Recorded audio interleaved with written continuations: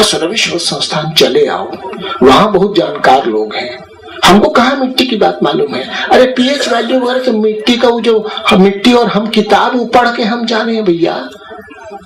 रमेश चंद्र तिवारी तो देख के बता देंगे, वो मेड़ वगैरह की स्थितियों को देख के गांव की स्थिति बता देते हैं कि गांव में काहिल है, ये गांव में बहुत मुकदमे बाजी है, ये गांव के लोग सुख शांति से कुछ उपजाते हैं, मेड़ से बता देते हैं वो तो हम ना जाने तो उनके पास भेज तो सकते हैं ना।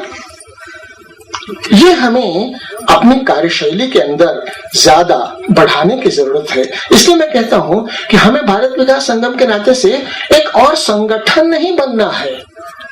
फिर इसका बैलाव बताओ बच्चा, का अध्यक्ष बताओ, तो अध्यक्ष तुम क्यों और मैं क्यों नहीं? लो शुरू, फिर मैं ही तुमसे अच्छा अध्यक्ष बन सकता हूँ, ये भी ठीक।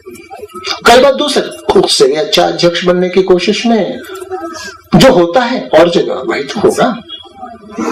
एक और संगठन बन जाना क्यों? जाति तोड़ने वाले एक और जाति ही बन गए, उससे क्या फायदा होगा? इसलिए सबको जोड़ना, इसलिए संगम की बात की। उसी से अगली बार जब मिलते हैं ना तो कुंभ की बात हो, उसकी रचना आज यहाँ सत्रों की थी। बहुत हमारे साथी थोड़े परेशान थे। वो क्या है, वो यहाँ की कुल संख्या गिनेंगे और बाहर कितने हैं ये गिनेंगे। हमने कहा छोड़ो यार, कुंभ मेला में कौन गिनता है कितना आया कितना गया?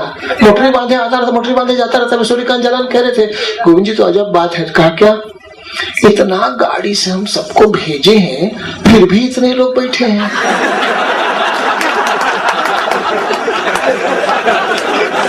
कह रहे थे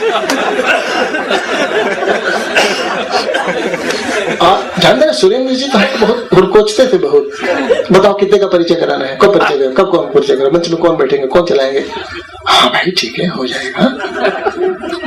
तो ये इस जो अराजकता से दिखती है नहीं, इस अराजकता में प्रेरणा की समानता है, स्थितियों की विभिन्नता है, जरूरतें कुछ अलग अलग है।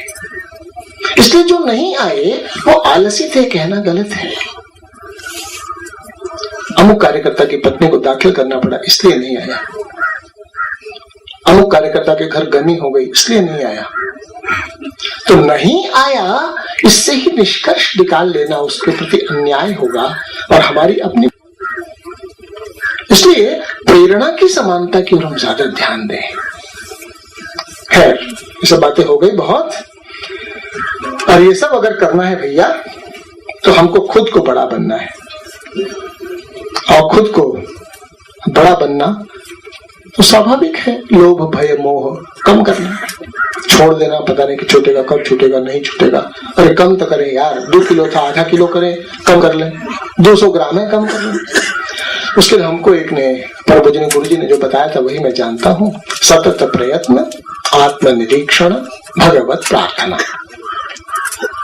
यही करते करते चक्र को दोहराते चलते हैं जीवन में, तो कुछ वर्षों के बाद हम पाते हैं अपने मन में, हाँ गुण कुछ बढ़े दोष कुछ घटे। पूरा पूरा गुण ही रहता तो यार आदमी भगवान बन गया होता। कम करना संभव है, गुणों का उपयोग हो, दोषों की छाया ना पड़े, उसकी सावधानी रखना, यही तो संभव है। तो इस दिशा में हम लोग बढ़ते हैं इन सब बातों के लिए भैया।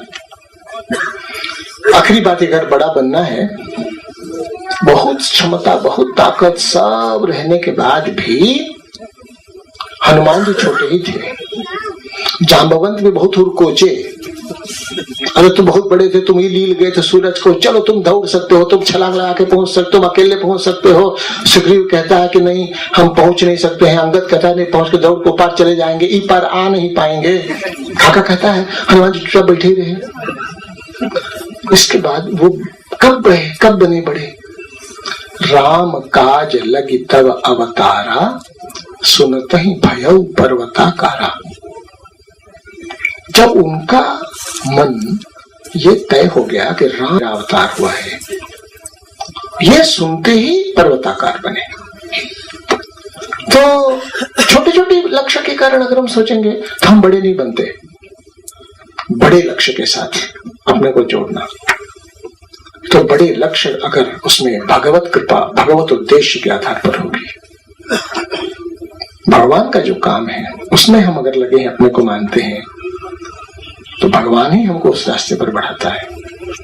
बाकी जितने संत वृंद हैं, बहुत लोग हैं, उनके पास समय समय पर सत्संग होना, अपने को बेहतर उपकरण बनाना, अपने को बेहतर उपकरण बनाने में हम सबको भारत माता, गौ माता, हमारे ही अपने घर की माताएं, साथ में परमपिता परमेश्वर हम सब पर कृपालु हो, उसकी करुणा दृष्टि हम पर पड़े, हमको बेहतर उपकरण बना सकें और हमारा जीवन हम कृतार्थ कर सकें। इसके लिए प्रभु अपने ऊपर कृपा करे, यही प्रार्थना करता हुआ